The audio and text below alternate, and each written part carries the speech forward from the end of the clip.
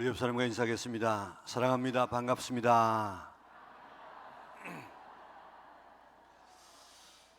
사랑합니다. 반갑습니다 하면 우리가 마음이 좋아집니다. 우리 얼굴에 웃음이 넘칩니다. 우리 늘 그렇게 인사할 수 있도록 했으면 좋겠습니다.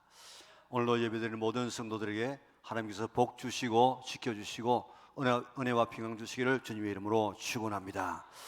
지난 주일에는 은혜가 무엇인가 하는 것을 살펴보았습니다. 은혜에는 일반 은혜가 있고 특별한 은혜가 있습니다. 우리는 일반 은혜 위에 특별한 은혜까지 받은 특별한 하나님의 자녀들인 줄 믿으시기를 바랍니다. 이 세상에는 자력으로 살아가는 사람이 있는가 하면 은혜로 살아가는 사람이 있습니다. 참새처럼 그렇게 바닥거리면서 살지 말고 우리 독수리처럼 성령의 바람을 타고 하나님의 영광에까지 이룰 수 있는 성도들 되시기를 바랍니다. 은혜는 항상 받는 것이 아니고 은혜 받을 때가 있기에 은혜 받는 기회를 놓치지 말자고 말씀드렸습니다. 은혜 받는 방법도 은혜의 자리에 있어야 은혜 받을 수 있습니다. 은혜를 사모해야 됩니다.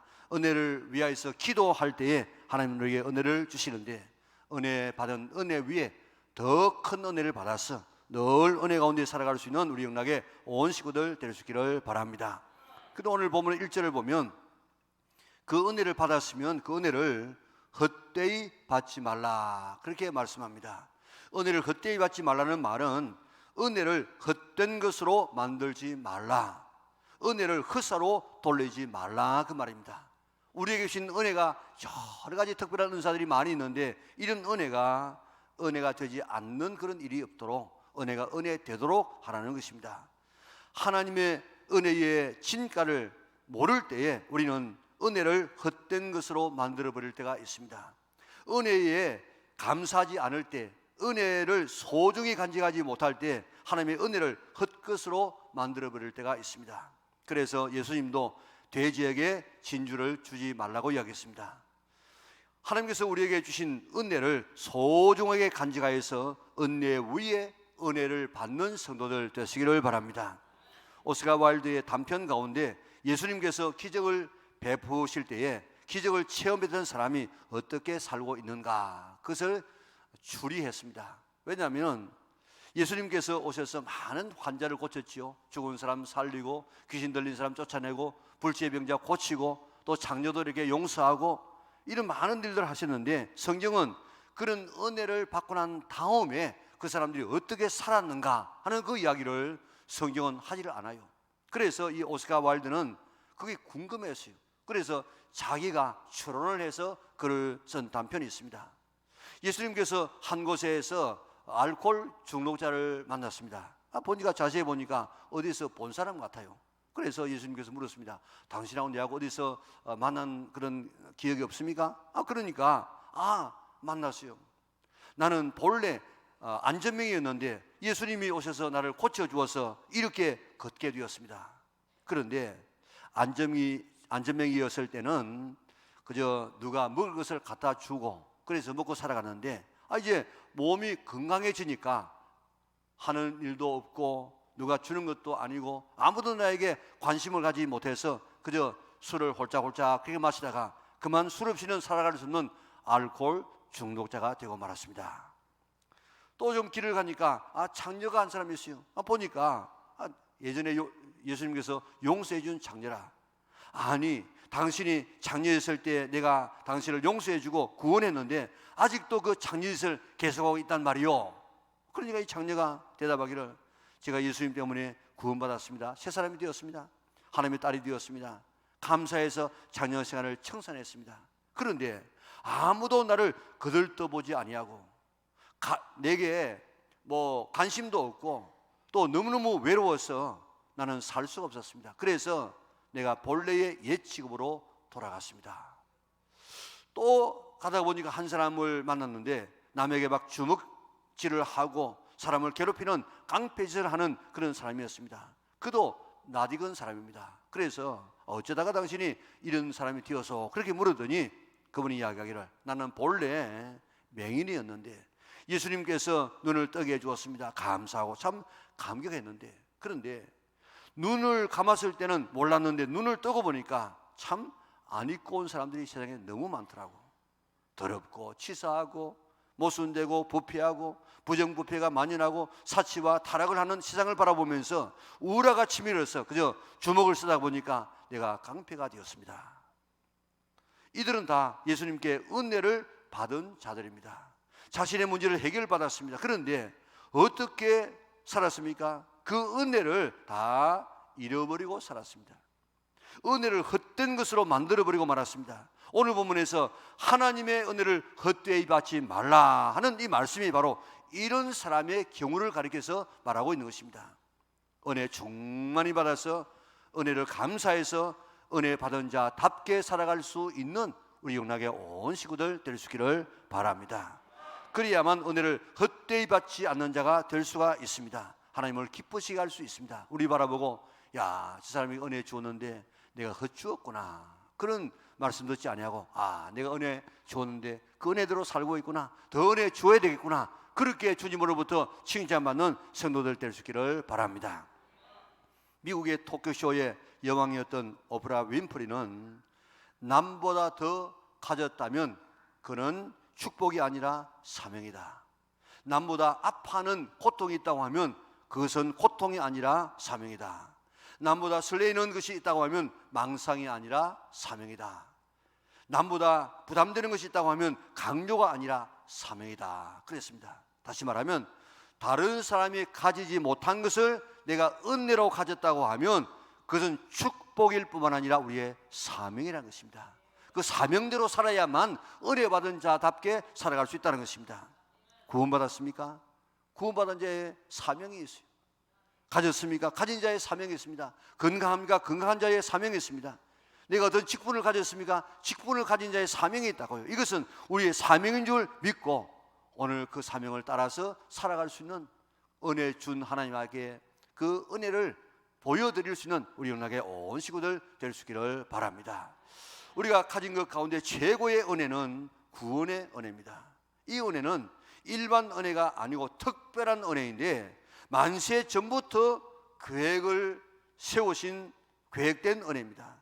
하나님의 아들을 십자가에 못 박아 죽게 하고 우리에게는 사죄의 은총을, 엄청난 구원의 은총을 준 이 놀라운 은혜 중의 은혜입니다. 이 은혜를 은혜되게 해야 됩니다. 이 큰 은혜를 받았기 때문에 나는 그 은혜를 받은 사람답게 그렇게 살아야만 이게 하나님의 은혜를 헛되게 하지 아니하는 사람이 될 수가 있는 것입니다. 구원받은 자의 첫 번째 이 행동은 찬양입니다. 찬양. 그 구원의 그림자가 출애굽 때 홍해를 건넌 사건입니다. 이스라엘 백성들이 애굽에서 종살이를 하고 있었습니다. 이스라엘 백성들의 숫자가 아주 급격하게 늘어납니다. 그러니까 이 애굽의 왕 바로의 입장에서 바라보면 걱정이 되었어요. 저것들이 저렇게 번성하게 되어지면 다른 나라가 쳐들어올 때 합세해가지고 우리나라를 갖다 전복시킬 것이 아닌가. 그래가지고 산파들에게 명령했습니다. 너희들이 히브리 여자들이 아기를 낳을 때 가가지고 산에 애를 낳으면 다 거기서 죽여버리라. 그것도 안 됐어요. 그러니까 부모들에게 이야기합니다. 너희들이 산에 아이를 다 낳으면 너희 스스로 너희 손으로 저 나일강에 아기를 버리라. 그래도 안 돼요. 그러니까 남자들을 아주 중노동을 시켜가지고 집에 오면 그저 바로 꼬꾸라져서 잘 수밖에 없도록 중노동을 시켰습니다. 그래서 아기를 못 낳게 만들었어요. 그러니까 이스라엘 백성들의 고통과 부르짖음이 하늘에 사무치게 되어졌어요. 여호와께서 이렇게 고통 가운데 있는 이스라엘 백성들의 그 고통을 보고 그 부르짖음을 알고 그 근심을 알고 그리고 내가 내려가서 그들을 애굽에서 건져내어 내가 인도하여 저 가나안에 데려가려 하노라. 이것이 하나님의 구원의 계획이었습니다. 어땠다고요? 고통을 보고 부르짖음을 듣고 근심을 알고 내가 내려가서 그들을 건져내고 인도하여 가나안에 데려가려 하노라. 하나님은요 얼마나 좋으신 분인지 우리가 고통하는 것을 외면하지 아니하시고 우리 고통을 보고 우리 부르짖음을 들으시고 우리의 근심을 알고 우리를 구원하시는 하나님이신 줄 믿으시기를 바랍니다. 이런 하나님의 계획 가운데 10가지 재앙을 내리고 바로의 손을 들게 하고 60만 명이 당당하게 나옵니다. 많은 은근보화를 가지고 지금 애굽에서 나왔습니다. 그런데 이스라엘 백성들이 홍해 앞으로 왔습니다. 바로가 가만히 보라 보니까 저기 바보짓을 해. 동안이의 던치와 같아. 그래서 마음이 변했습니다. 애굽의 주력 부대가 이제 있었는데 왕이 직접 끌고 와서 이스라엘 백성들을 추격하기 시작했습니다.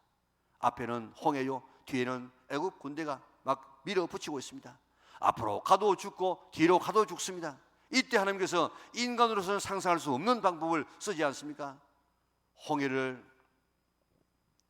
갈라서 이스라엘 백성들이 건너게 하시고 그 동일한 바다에서 뒤따라오던 애굽 군사는 물이 합쳐져서 다 멸망하고 그 시체가 떠오르는 모습을 보았습니다. 홍해를 건넌 이스라엘 백성들이 가장 먼저 한 것이, 구원받은 다음에 가장 먼저 한 것이 무엇이겠습니까? 그게 찬송이에요. 찬송. 구원받은 이후에 가장 먼저 우리가 하는 것이 바로 감사와 찬송입니다. 구원해 주신 하나님의 은혜를 찬송했습니다. 얼마나 여러분들 감격했겠습니까? 우리 출애굽기 15장 1절에서 2절과 20절, 21절 우리 같이 한번 읽어보겠습니다. 이때에 모세와 이스라엘 자손이 이 노래로 여호와께 노래하니 일렀으되 내가 여호와를 찬송하리니 그는 높고 영화로우심이요 말과 그 탄자를 바다에 던지셨음이로다. 여호와는 나의 힘이요 노래시며 나의 구원이시로다. 그는 나의 하나님이시니 내가 그를 찬송할 것이요 내 아버지의 하나님이시니 내가 그를 높이리로다. 아론의 누이 선지자 미리암이 손에 소고를 잡으며 모든 여인도 그를 따라 나오며 소고를 잡고 춤추니 미리암이 그들에게 화답하여 이르되 너희는 여호와를 찬송하라. 그는 높고 영화로우심이요 말과 그 탄자를 바다에 던지셨음이로다. 아멘. 여러분들 한번 이거 상상을.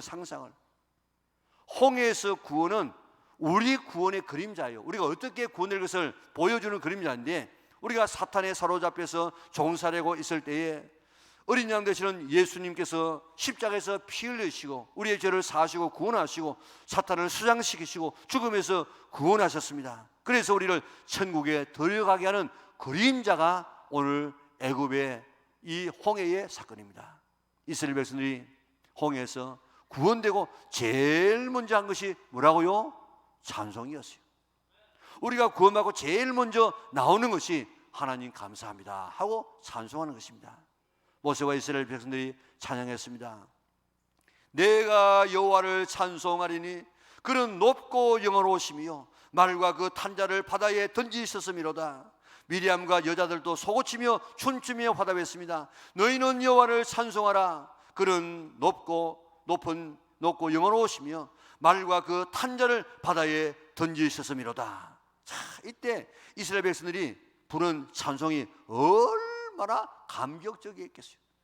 목이 터져나고 찬송을 했을 것입니다. 한번 상상해 보세요. 내가 죽었다고 생각했는데 하나님께서 길을 열어주어서 살 뿐만 아니고 나를 죽이고 오는 사람들이 다 지금 물에 수장되는 모습을 바라보았을 때 그들이 찬송하는 그 감격이 얼마나 놀라웠겠어요. 구원받은 자의 찬송은 바로 이런 찬송이어야 되는 줄 믿으시기를 바랍니다. 왜 그렇습니까? 하나님께서 우리를 창조하신 목적이 찬송이에요. 우리를 구원하신 목적이 찬송이에요. 우리의 사명이 찬송인 줄 믿으시기를 바랍니다. 한번 볼까요? 이사야서 43장 21절입니다. 같이 읽습니다. 이 백성은 내가 나를 위하여 지었나니 나를 찬송하게 하려 함이라. 아멘. 에베소 1장을 보면요, 하나님께서 우리를 자기의 아들 되게 선택했어요. 왜요? 찬송하게 하시려고. 예수님께서 우리를 위해서 십자가에서 피 흘려 우리의 죄를 씻어 놓았어요. 왜요? 찬송하게 하시려고. 성령께서 너는 내 자녀라고 이를 쳐놓았습니다. 왜요? 찬송하게 하시려고. 성부, 성자, 성령 하나님께서 하신 모든 일의 그 목적이 뭐냐? 우리로 하여금 하나님을 찬송하기 위해서, 그의 영광을 찬송하려고. 찬송하는 것이 구원받은 목적 중에 하나인 줄 믿으시기를 바랍니다. 그러므로 찬송은 구원받은 자의 사명입니다. 이 찬송하지 않는 것은 우리를 구원하신 은혜를 헛된 것으로 만들어버리는 죄가 되어집니다. 하나님이 찬양을 얼마나 좋아하시느냐. 시편 70편 31절 보면 하나님은 찬양을 황소를 받는 것보다도 더 기뻐하신다고 이야기했습니다. 여러분 요즘 항소 한 마리가 아마 700~800만 원 할 것인데, 오늘 우리가 드리는 또 부르는 찬송, 이 한 찬송이 하나님은 얼마나 기뻐하시는가. 황소 한 마리를 받으신 것보다도 더 좋아하신다는 겁니다. 이런 마음을 가지고 찬송할 수 있기를 바랍니다. 시편 119편 164절에는 같이 한번 읽어볼까요? 주의 의로운 규례들로 말미암아 내가 하루 7번씩 주를 찬양하리이다. 아멘. 하루에 7번. 7번이라는 말은 7번이라는 말도 되지만은 다른 말로 말하면 만수예요. 하루 종일 하나님을 찬송한다, 그런 말인데, 실제적으로 이스라엘 백성들은 늘 찬송을 7번 했어요. 아침에 일어나 가지고 십계명을 외우기 전에 2번 찬양하고, 십계명을 외우고 난 다음에 1번 찬양하고, 또 저녁에 자기 전에 저녁 때에 이 십계명을 외우기 전에 2번 찬송하고, 또 십계명을 외우고 난 다음에 또 2번 찬송하고, 이렇게 해서 7번 찬송을 했다고요. 사실 우리도 하루 7번만 정말 찬송을 하게 되어지면 우리를 구원해 주신 그 구원의 감격이 사라지지 아니하고 늘 용솟음치게 될 줄 믿습니다. 우리도 이제 한번 찬송해 보자고요. 저도 한번 헤아리 가면서 해볼 테니까 여러분들도 다음 주에 물어볼 거예요. 그러니까 한번 7번 한번 찬송을 하고, 그 다음에 그 결과가 어떻는가 한번 해보십시다. 아침에 일어나서 눈 뜰 때 찬송하고, 밥 먹기 전에 찬송하고, 출근할 때 찬송하고, 점심 먹기 전에 찬송하고, 퇴근할 때 찬송하고, 저녁 밥 먹기 전에 찬송하고, 저녁에 잘 때 찬송하고, 이러면 7번 할 수 있어요. 정말 우리가 진짜 한번 우리 7번 한번 헤아려 보면서 날 구수하신 주님을 그저 근성을 하지 말고 정말로 가슴 뜨겁게 찬송해 볼 수 있기를 바랍니다. 예배 때의 찬송을 근성으로 하지 말고 정말 구원해 주신, 죽음에 처해 있는 나를 구원해 주신 이 하나님의 은총을 감격으로 찬송할 수 있기를 바랍니다. 그래서 구원해 주신 은혜를 헛되지 않게 할 수 있기를 바랍니다. 바로 주님의 이름으로 정말 찬송해 보세요. 우리는 구원받은 자의 이런 사명을 다 하면, 성경에 보니까 찬송할 때 하나님은 3가지로 응답했어요. 하나님께서 우리가 찬송하게 될 때 제일 먼저 옥문을 줍니다. 옥문, 착고를 풉니다. 우리 앞에 있는 모든 닫혀있는 문들을, 매듭들을 다 풀어주시는 역사가 찬송할 때 일어나는 줄 믿으시기를 바랍니다. 찬송할 때 치료가 되어져요. 그래서 사울이 지금 치료받지 않았습니까? 우리 교회도 김진락 장로님 참 멋있는 장로님이신데, 아주 이게 청송을 오고 가시면서 지금도 그 연세에 늘 운전하면서 이 사업을 하고 계시는데, 몇 년 전에 다리가 아파가지고 쓸 수가 없게 되어졌어요. 그래서 그는 지금도 찬송가 방을 만들어 놔놓고 청송에 목사님을 모셔가지고 지역 주민들을 늘 불러가지고 찬송을 하는 찬송가 방이 있다고. 그는요 세계에서 하나밖에 없는 방이에요. 그런데 이 장로님이 다리가 아파가지고 부산에서 청송까지 가려고 하면 2시간 반 정도 걸립니다. 가면서 네 찬송을 했어요. 눈물로 찬송을 했어요. 내려가지고 그 건물에 들어가 계단을 올라가는데 다리가 안 아픈 거예요. 지금은 몇 년 동안 이렇게 다리가 얼마나 건강한지 모릅니다. 오늘도 정말 우리가 가슴 뜨겁게 찬송하면 하나님께서 우리를 치료해 주시는 줄 믿으시기를 바랍니다. 찬송하게 될 때 하나님께서 적군을 물리쳐 주었어요. 모압과 아몬이 연합군을 형성해 왔지만은 하나님께서 함께하여 주어서 자기들끼리 다 싸우고 칼로 찌르고 죽여가지고 이스라엘 백성은 칼 한 번 쓰지 아니하고 대승리를 거두고 거기에서 전리품을 거두는 데만 나흘 걸리지 않았습니까? 오늘도 우리가 정말 하나님께서 기뻐하시는 이런 찬송을 하게 되어지면 하나님께서 우리의 모든 질병을 치료하십니다. 우리의 모든 문제를 해결해 주십니다. 그리고 우리에게 참된 이런 자유와 승리를 주시는 줄 믿으시기를 바랍니다. 다음, 구원받은 것을 헛되지 않게 하려고 하면은 구원의 소식을 전해야 돼요. 왜 하나님께서 우리를 구원하시느냐? 우리 베드로전서 2장 9절에 우리 같이 읽습니다. 그러나 너희는 택하신 족속이요 왕같은 제사장들이요 거룩한 나라요 그의 소유된 백성이니 이는 너희를 어두운 데서 불러내어 그의 기이한 빛에 들어가게 하신 이의 아름다운 덕을 선포하게 하려 하심이라. 아멘. 왜 하나님께서 우리를 구원했는가? 왜 하나님께서 베드로를 부르시고 선택했는가? 사람 낚는 어부들하고. 왜 하나님께서 우리를 불렀는가? 가서 제자 삼고 일꾼 삼으라고. 우리를 구원해 주신 것은 최고의 축복 중에 축복인데 거기에 따르는 사명이 있어요. 우리를 구해주신 이유가 뭐라고 했습니까? 어두운 데서 불러내어 기이한 빛에 들어가게 하신 하나님의 덕을 선포, 예전에는 선전하게 하기 위해서. 어디가 가장 어둡습니까? 지옥이 가장 어두워요. 어디가 가장 어둡습니까? 죄의 상태가 가장 어둡습니다. 어디가 가장 어둡습니까? 사탄이 지배하는 것이 가장 어두운 곳입니다. 그런 곳에서 우리를 택한 족속으로, 다시 말해 하나님의 자녀로, 왕같은 제사장으로, 왕이요 제사장인 사람으로, 그것은 멜기세덱입니다. 그와 같은 왕이요 제사장인 그런 위치로 우리를 선택해 주시고 거룩한 나라, 하나님의 소유된 백성, 천국 백성으로 우리를 되게 하셨다 이 말입니다. 그 이유가 뭐라고? 그 이유가요, 하나님의 아름다운 덕을 선포하게 하기 위하여. 아름다운 덕이 한마디로 말하면 복음입니다. 복음을 선포하기 위하여서 우리를 택하시고 불러주었다는 것입니다. 그런데 복음을 전하도록 구원된 우리들이 복음을 전하지 아니하면 그게 뭡니까? 하나님의 은혜를 헛된 것으로 만드는 것입니다. 구원받은 사람은 그 구원을 전하게 되어 있습니다. 예수님께서 그라세네 무덤에서 귀신 들린 사람을 고쳐주었습니다. 귀신에 사로잡혔습니다. 무덤 사이에서 살고 있습니다. 쇠고랑도 깨트려 버립니다. 거기에서 아무도 누구의 제재를 받을 수 없습니다. 무덤 사이에서 소리 지르고 돌로 자기 몸을 자해했습니다. 소명이 없는 사람이었습니다. 예수님께서 그 사람 하나 고쳐주기 위해서 그 먼 거리를 거기 갔다가 다시 본래 자리로 돌아왔습니다. 그러면서 예수님께서 뭐라고 얘기했습니까? 집으로 돌아가서 주께서 내게 어떻게 큰 일을 행하사 너를 불쌍히 여기신 것을 내 가족에게 전하라. 너 가족을 구원하려고 내가 너를 고쳐주었다는 것입니다. 구원받은 감격이 있으면 전해야 됩니다. 구원받았는데 전하지 않는 것은 하나님의 구원의 최고의 은혜를 헛된 것으로 만들어 버린다는 것입니다. 혈류증 여인 보세요. 그가 치료받고 난 다음에 예수님의 동상을 세워놓고 이분이 바로 나를 치료해 준 메시아입니다 하면서 그렇게 오고 가는 사람에게 전하다가 그는 죽지 않습니까?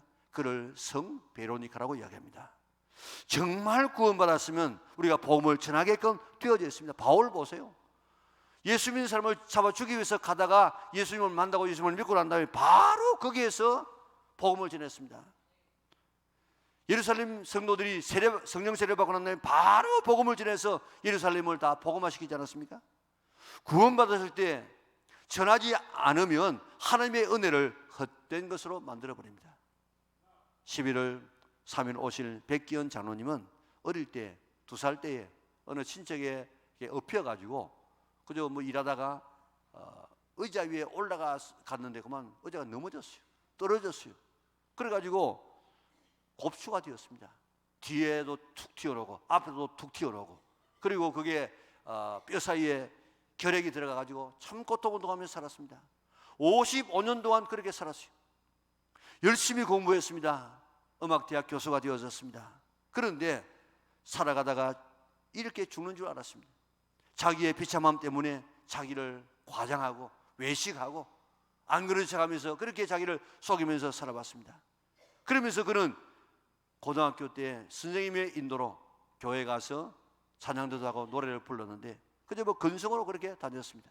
어느 날 아내를 기쁘게 하기 위해서 기도원에 같이 갔습니다. 자기는 아멘 이런 거 싫어해. 아멘. 그리고 뭐 찬송가 CCM 이런 것들은 이는 노래도 아니라고 그렇게 제대로 부르지도 않았습니다. 박수 치는 거 이는 뭐 지성인이 하는 짓이 아니라고 그렇게 아예 싫어했습니다. 그런데 그날은 하나님께서 은혜를 주셔서 아멘 하고 싶더랍니다. 그리고 박수 막 치고 싶더랍니다. 그리고 그런 찬송하고 싶더랍니다. 그래서 그날 저녁에는 하나님의 말씀, 목사님 말씀하면 그저 말씀에 아멘 아멘 하고 그저 찬송할 때 최선을 다해서 찬송하고 그리고 박수 아주 신나게 치면서 찬송했더니 하나님께서 은혜를 주시더랍니다. 음성이 들렸어요. 내가 너를 고쳐주마.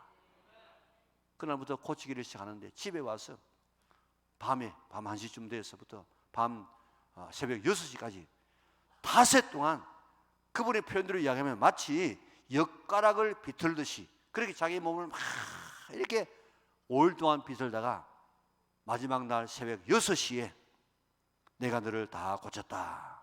일어나 보거라. 그래서 일어났더니 정말 곱추가 깨끗하게 되어지더랍니다. 할렐루야. 얼마나 놀라운 일입니까? 55년 만에 곱추가 치료되어졌어요. 하나님께서 말씀하시더랍니다. 이제부터 나를 찬양하거라. 그리고 나를 널리 알리거라.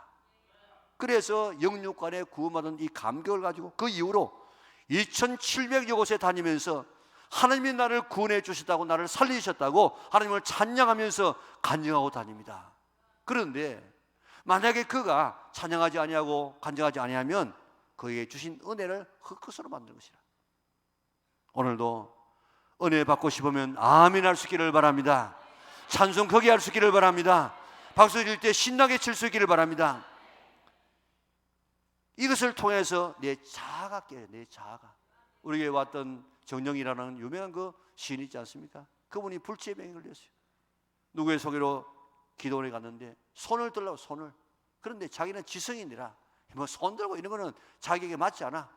그런데 강사의 말에 이제 막다른 고문에 갔으니까 손을 드는 순간에 자기의 질병이 깨끗하게 치료되었답니다.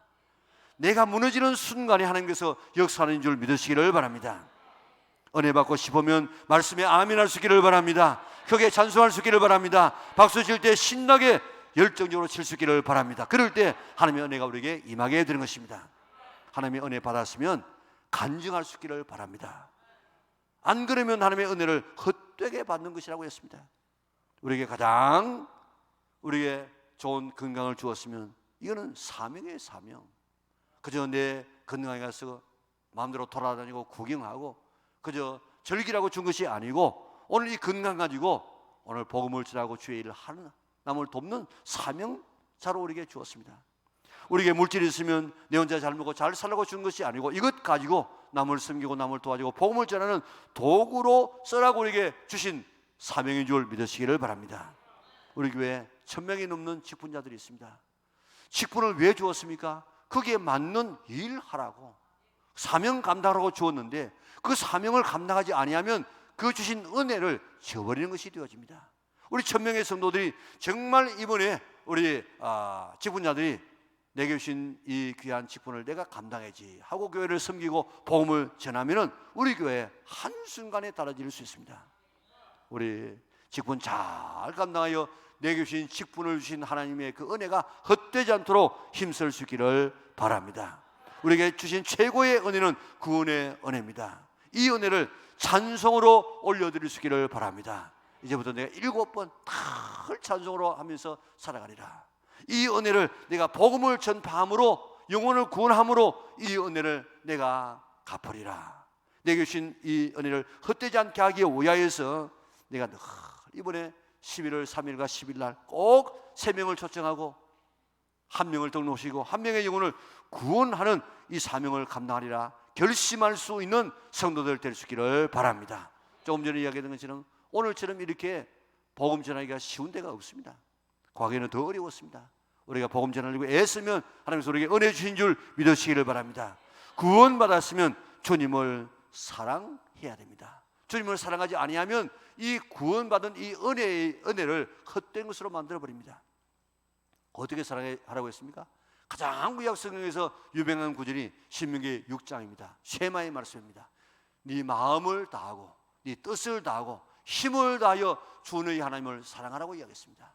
우리의 온 마음, 우리의 온 뜻을, 우리의 온 힘을 다해서 하나님을 사랑해야만 사랑받은 자의 이 자세가 되는 것입니다. 베이슨 프렌티스라고 하는 여사는 16살 때에 문필에 뛰어난 재능을 가졌습니다. 27살 때 루이스 프렌티스라고 하는 목사님과 결혼을 했습니다. 행복했습니다. 2 자녀를 낳았습니다. 정말 사는 맛이 있었습니다. 그런데 갑자기 그 가정에 불행이 덮쳤습니다. 당시 전염받은 전염병으로 2 자녀가 시장을 떠났습니다. 고통은 말할 수가 없었습니다. 2 자녀를 데려간 하나님은 하나님의 섭리를 이해할 수 없었습니다. 내가 믿는 하나님이 우리에게 이렇게 큰 고통을 안겨주는 분인가? 나는 다른 사람보다 더 많이 기도하고 또 하나님의 뜻을 따라 살기로 그렇게 살고 있는데 왜 이런 어려움이 나에게 오는가? 너무 괴로워하니까 프랜티스 목사님께서 당신 그렇게 어려워하는 건 내가 알고 있는데, 그러나 이때가 우리의 믿음과 예수님에 대한 사랑을 보여줄 기회로 삼을 수 없겠냐. 프랜티스 여사는 한때 세상의 기쁨과 행복을 추구하며 살았습니다. 그곳에서 영광과 안식을 얻으려고 했습니다. 그러나 그게 아니구나. 이제 주님을 바라보며 살아야 되겠구나. 그렇게 하면서 그는 글을 쓰기 시작했습니다. 내 구주 예수를 더욱 사랑, 엎드려 비는 말 들으소서. 내 진정 소원이 내 구주 예수를 더욱 사랑, 더욱 사랑. 구원받은 사람은 예수님을 더욱 사랑해야 됩니다. 그게 은혜 받은 자의 자세입니다. 우리 은혜 받은 구원받은 사람은 하나님의 은혜를 찬송하는데, 오늘부터 이것이 내 창조의 목적이고 내 구원받은 목적이고 우리의 사명인 줄 믿고 이제부터 우리 하루에 7번씩 늘 찬송하리라고 결심할 수 있기를 바랍니다. 그래서 매듭이 풀려지고 닫혔던 문이 열려지고 우리가 육체가 치료되어지고 그리고 날마다 승리하는 삶을 살 수 있기를 바랍니다. 복음을 전할 수 있기를 바랍니다. 구원받은 사람은 복음을 전하는 이것이 은혜를 받는 자세가 되어집니다. 우리 한 명 정도 꼭 이번에 하고 등록시켜서 일꾼 만드는 일에 동참하는 우리가 되어지게 될 때 하나님께서 받은 은혜를 우리가 헛된 것으로 흘려보내지 않을 수가 있습니다. 우리가 구원받은 사람은 우리가 예수님을 더욱더 사랑해야 됩니다. 세상 어떤 것보다도 주님을 더 사랑할 수 있는 우리 영락의 온 성도들 될 수 있기를 바랍니다. 남들이 갖지 못한 것 내가 지금 가지고 있다고 하면은 그것은 바로 우리의 사명인 줄 생각하고 받은 그 은혜를 헛되게 흘려보내지 않기를 바랍니다. 장녀, 맹인, 깡패 다 은혜 받은 사람들인데 그 은혜를 은혜대로 사용하지 못해서 그런 사람이 되어졌던 것처럼 그렇게 살지 말고 이제부터 정말 하나님의 받은 은혜를 은혜로 알고 은혜에 응답하는 삶을 살아서 은혜 위에 대해 큰 은혜를 받았어. 독수리가 날개쳐 올라가는 것처럼 성령의 바람 타고 성령의 은혜를 받았어. 오늘도 이 천국을 날아서 하나님의 영광에 이를 수 있는 하나님의 그 놀라운 축복에 도달할 수 있는 우리 영락의 온 성도들 될 수 있기를 주님의 이름으로 축원합니다.